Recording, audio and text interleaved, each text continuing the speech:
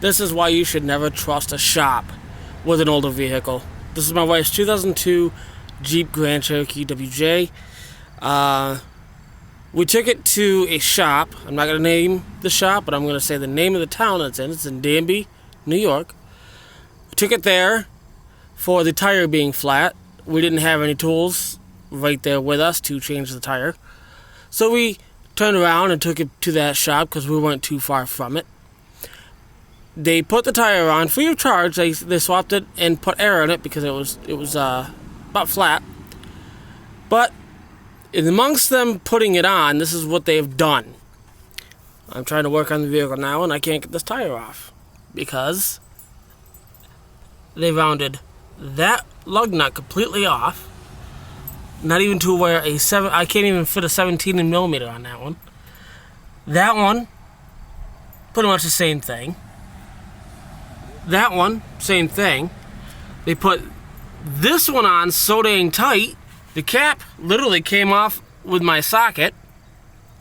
It's right there on my finger. Whoop-de-doo, I'm not worried about that. Because without the caps, those are 18 millimeters. Hey, look at that. I got an 18 millimeter right here. That'll fit. Hey, not a problem. I can get that off. It took a lot from my 18 volt snap-on gun to get that off. This one came right off with a 19 mil. Can't get this one, or this one off because they're all rounded off. This is why you don't trust shops. This is why I don't trust them anyways. Because of this. Now, that was over a few months ago that we had the tire done, so we can't just take it back and say, hey, guess what? You guys screwed up our tire. Because they're going to be like, don't know what the hell you're talking about.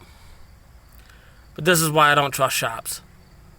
This is why I like working on my own stuff. At least if I did this, I would know I did this. But now, I have to go to someplace to get this removed, have to pay out of my pocket to get this done, then I have to buy all new lug nuts to get these off.